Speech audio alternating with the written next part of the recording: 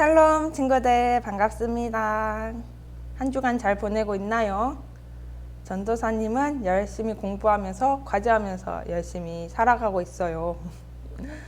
우리 친구들 저번 주에 만난 친구들도 있고 못 만난 친구들도 있는데 하루빨리 교회에서 만나 함께 예배드리고 함께 교제했으면 좋겠네요. 우리 친구들 그날 다가올 때까지 함께 꼭 기도했으면 좋겠습니다. 그러면 오늘도 마음을 모아 하나님 앞에 예배드리러 가볼까요? 먼저 기도함으로 찬양 가운데 나아가겠습니다. 기도하겠습니다. 하나님 아버지, 우리를 이 시간까지 지켜주심에 감사합니다. 우리를 사랑하셔서 정말 예수님을 보내주신 것 너무도 감사드립니다. 하나님, 우리의 그 큰 사랑을 삶으로 보답하기 원합니다. 우리의 삶을 받아주시옵소서. 이 시간 예배 가운데 나아갑니다. 우리의 마음을 모아주시옵고 정말 하나님께 집중할 수 있도록 주님 도와주시옵소서. 정말 이 찬양의 가사가 우리의 삶의 고백이 되게 하시옵소서. 늘 우리가 살아가는데 하나님만 의지하며 살아갈 수 있도록 좀 도와주시옵소서. 예수님 이름으로 기도드립니다. 아멘.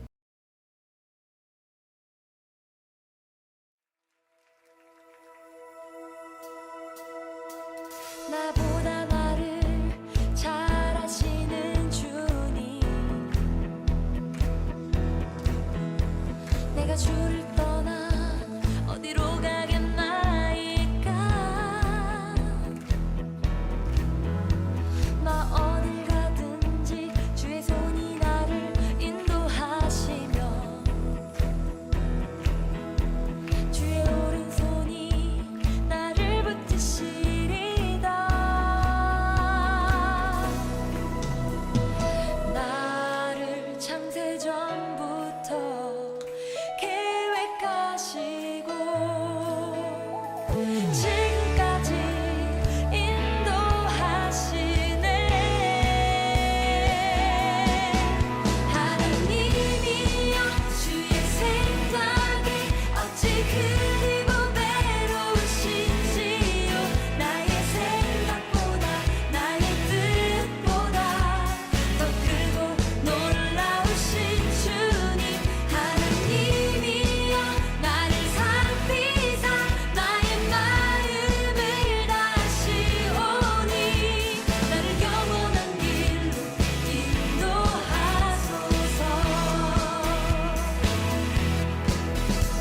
나보다 나를 잘 아시는 주님, 내가 주를 떠나 어디로 가겠나이까. 나 어딜 가든지 주의 손이 나를 인도하시며 주의 오른손이 나를 붙드시리다. 나를 창세전부터 계획하시고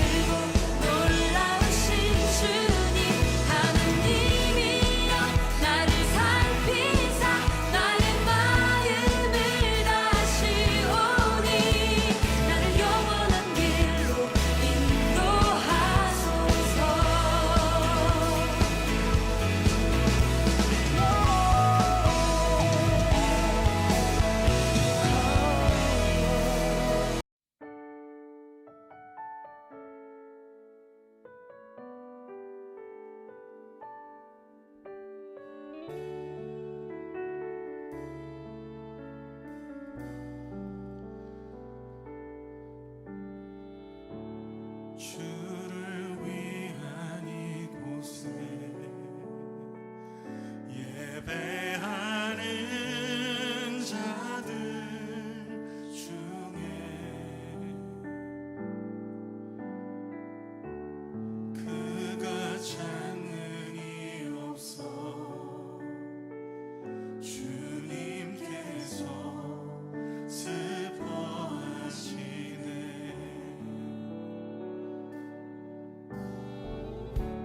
주님이 찾으시는 그 한 사람, 그 예배자, 내가 그 사람 되길 간절히 주께 예배하네. 주대로 이곳에 서 있네. 주님 죄 엎드려 절하네. 그 어느 것도 난 필요 없네. 주님만 경배. 주대로 이곳에 서 있네. 주님 죄 엎드려 절하네. 그 어느 것도 난 필요 없네. 주님만 경배.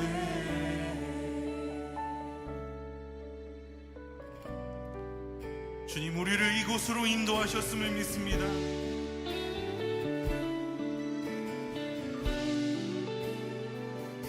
주를 위한 이곳에, 주를 위한 이곳에 예배하는 자들 중에 그가 찾는 이 없어 주님께서 슬퍼하시네. 주님이 찾으시네. 주님이 찾으시는 그 한 사람, 그 예배자, 내가 그 사람 되길 간절히 주께 예배하네. 주대로 이곳에 서 있네. 주님 죄 엎드려 절하네. 그 어느 것도 난 필요 없네. 주님만 경배. 주대로 이곳에 서 있네. 주님 죄 내 삶의 주인 되신 주님, 나를 향한 주님의 선하신 뜻과 주님의 말씀 앞에 나아가길 원합니다.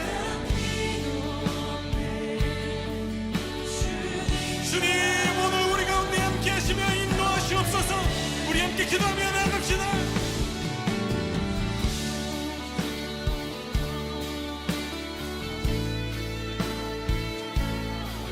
주님, 내 삶의 주인 되신 나의 걸음을 인도하시는 주님,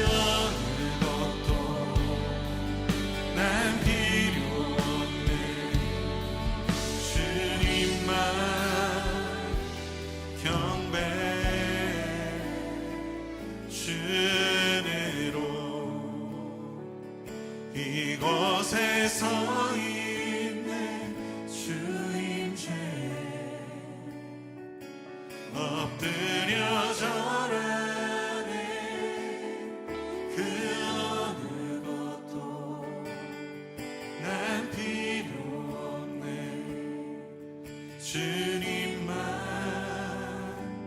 경배해. 그 어느 것도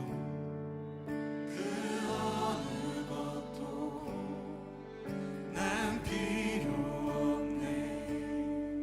주님만 경배해.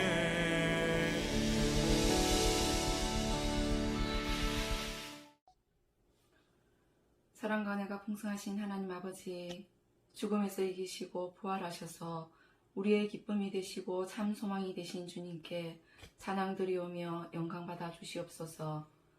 주님, 지난 한 주간의 삶도 지켜주심을 감사를 드립니다. 우리의 삶이 늘 주님을 바라보며 주님 뜻대로 살아갈 때에 어떠한 환난에도 이기고 승리하는 주의 자녀 되게 축복하옵소서. 사랑의 주님, 우리 영락교회 중고등부 친구들, 비록 온라인 예배이지만 이 시간 온전한 마음과 기쁨으로 예배 드릴 수 있도록 인도하옵소서. 오랫동안 지속되어지는 코로나로 우리들의 일상이 힘겹고 지칠 때도 있지만 우리를 향한 주님의 사랑과 자비하심을 알게 하시고 날마다 주님께 의지하며 말씀에 순종하는 믿음의 자녀들에게 인도하옵소서. 주님, 이 땅에 긍휼을 베풀어 주시어 하루속히 코로나가 종식되게 하시고 우리의 일상이 회복되고 기쁨으로 주의 일에 힘쓰도록 은혜를 내려 주시옵소서. 늘 애쓰시고 수고하시는 전도사님, 교사분들 영육간의 강건함을 주시고 지혜와 열정을 주셔서 좋은 교사로 헌신하게 인도하옵소서. 이 시간 전도사님 말씀 전하실 때 말씀에 귀 기울이게 하시고 은혜 충만한 시간 되게 하옵소서. 감사드리며 예수님 이름으로 기도드립니다. 아멘. 네, 오늘은 흑역사, 백역사가 되는 기적이라는 제목으로 말씀 전하겠습니다. 오늘 우리에게 주시는 하나님 말씀은 요한복음 21장 15절에서 19절 말씀입니다. 제가 봉독하겠습니다. 그들이 조반 먹은 후에 예수께서 시몬 베드로에게 이르시되 요한의 아들 시몬아, 내가 이 사람들보다 나를 더 사랑하느냐 하시니 이르되 주님, 그러하나이다. 내가 주님을 사랑하는 줄 주님께서 아시나이다. 이르시되 내 어린 양을 먹이라 하시고 또 두 번째 이르시되 요한의 아들 시몬아, 내가 나를 사랑하느냐 하시니 이르되 주님, 그러하나이다. 내가 주님을 사랑하는 줄 주님께서 아시나이다. 이르시되 내 양을 치라 하시고 세 번째 이르시되 요한의 아들 시몬아, 내가 나를 사랑하느냐 하시니 주께서 세 번째 내가 나를 사랑하느냐 하심으로 베드로가 근심하여 이르되 주님, 모든 것을 아시오매 내가 주님을 사랑하는 줄을 주님께서 아시나이다. 예수께서 이르시되 내 양을 먹이라. 내가 진실로 진실로 내게 이르노니 내가 젊어서는 스스로 띠띠고 원하는 곳으로 다녔거니와 늙어서는 내 팔을 벌리리니 남이 내게 띠띠우고 원하지 아니하는 곳으로 데려가리라. 이 말씀을 하심은 베드로가 어떠한 죽음으로 하나님께 영광을 돌릴 것을 가리키심이러라. 이 말씀을 하시고 베드로에게 이르시되 나를 따르라 하시니. 아멘. 여러분의 과거 중에 지우개로 깨끗이 지우고 싶은 흑역사가 있나요? 야자를 빼고 도망을 간다거나 친구들과 장난을 심하게 쳤는데 그 장난이 심한 결과가 나왔거나 전도사님도 흑역사가 분명히 있는데 지금은 잘 기억이 나지 않습니다. 지우개로 지우고 싶어서 깨끗하게 지웠나 봐요. 이처럼 누구나 하나쯤 감추고 싶은 흑역사들이 있을 것입니다. 오늘 본문의 베드로가 특별히 그러할 것입니다. 베드로는 예수님의 수제자이자 초대교회 기둥과도 같은 존재였습니다. 하지만 동시에 예수님을 3번이나 부인했던 처절한 실패의 역사, 정말 감추고 싶었던 흑역사를 가지고 있습니다. 요한복음의 저자인 사도 요한은 요한복음 21장을 통해 베드로가 그토록 감추고 싶었던 흑역사를 꺼내며 그가 어떻게 실패했는지 그리고 어떻게 예수님의 사랑과 은혜로 회복되었는지를 잘 보여주고 있습니다. 이른바 베드로의 흑역사가 백역사가 되는 순간인 것입니다. 예수님의 부활을 2번이나 경험했던 베드로였지만 온전히 회복된 모습이 아닙니다. 부활하신 주님을 만났다면 주님을 증거하는 삶을 살아야 되고 이렇게 열정적으로 살아야 할 텐데 베드로는 다른 제자들과 함께 다시 고향으로 돌아가 어부의 삶을 살고 있었습니다. 열정이 있었고 죽기까지 주님을 따르겠노라 다짐했던 베드로였지만 그저 절망 가운데 다시 어부의 자리로 돌아와 버렸습니다. 왜 그랬을까요? 자신의 실수로 인한 처절한 실패를 경험했기 때문입니다. 자신의 스승이자 주님이신 예수님을 모른다고 3번이나 부인해버린 베드로. 베드로는 자신의 발목을 잡고 있던 죄책감으로 인해 일어설 수가 없었던 것입니다. 그토록 다짐했건만 베드로는 완벽한 실패를 경험한 것입니다. 그러기에 다시 생업인 어부로 돌아가는 것은 어찌 보면 당연한 일이기도 합니다. 그런데 문제는 주님을 알아보지 못했다는 것입니다. 베드로와 제자들은 이전에 예수님을 처음 만났을 때처럼 깊은 곳에 그물을 던지라는 말씀에 순종하여 엄청난 기적을 경험하고 나서야 예수님을 알아보게 됩니다. 그런데 이들처럼 우리도 예수님 때문에 울고 웃었던 경험을 했지만 일상으로 돌아와서는 언제 그랬냐듯이 생각지도 못한 영적 무감감에 빠질 때가 있습니다. 특히 수련회나 찬양 집회를 통해 이러한 경험을 많이 하게 됩니다. 하나님을 깊이 경험하고 이제는 새 사람이 되었다는 기분으로 돌아와서는 언제 그랬냐듯이 사람에 대해서 호불호가 있고 성경보다는 스마트폰, 유튜브, 게임 이렇게 빠져 사는 모습을 보곤 합니다. 그런 우리에게 주님은 다시 찾아오셔서 마음의 문을 두드립니다. 그리고 이전에 주님을 깊이 만났던 그때를 기억하게 하시고 다시 깨닫게 해주십니다. 이러한 회복의 역사가 오늘 베드로와 제자들에게 있었던 것입니다. 특히 다혈질의 말이 더 앞섰던 베드로에게는 더욱더 크게 예수님을 다시 만나게 된 일이었죠. 밤새도록 그물을 바다에 내리기를 반복했기에 지쳐있는 그들 앞에 숯불이 놓여있고 그리고 물고기와 빵이 그곳에 놓여져 있었습니다. 예수님께서는 그들을 먹이기 위해 작지만 따뜻한 음식을 마련한 것입니다. 이 장면은 참으로 놀랐습니다. 자신이 고난당할 때 보인 행동을 생각하면 누구라도 원망스럽지 않겠습니까? 그러나 예수님은 인간의 연약함을 미리 다 아시고 그로 인해 실패하고 넘어질 것도 다 아셨기에 원망하지도 나무라지도 않으시고 조용히 그들의 일상 속으로 찾아오셨습니다. 예수님은 이렇게 우리를 찾아오십니다. 때로는 우리가 힘들고 때로는 우리가 고되고 때로는 내가 어떻게 무엇을 하며 어떻게 살아갈지를 몰라 두렵고 힘들어할 때 우리를 찾아오시는 분입니다. 식사를 마친 후 예수님께서 베드로에게 질문한 것은 바로 사랑에 관한 것입니다. 예수님은 베드로에게 요한의 아들 시몬아, 내가 이 사람들보다 나를 더 사랑하느냐? 물으십니다. 이에 베드로의 마음은 많이 쓰리고 아팠을 것입니다. 절대 배신은 없을 것이라며 호언장담하였던 베드로였지만 결국 주님을 3번이나 부인했습니다. 그래서 예수님은 숯불 앞에서 베드로에게 3번의 물음을 통하여 3번 부인을 만회할 기회를 주신 것입니다. 그래서 의도적으로 동일한 질문을 3번 하셨던 것입니다. 그래서 예수님은 숯불 앞에서 베드로에게 3번의 물음을 통하여 3번 부인을 만회할 기회를 주신 것입니다. 그래서 의도적으로 동일한 질문을 3번 하셨던 것입니다. 이 과정을 통해 베드로는 사도행전에서 수제자로서 다시 주도적 역할을 감당하게 됩니다.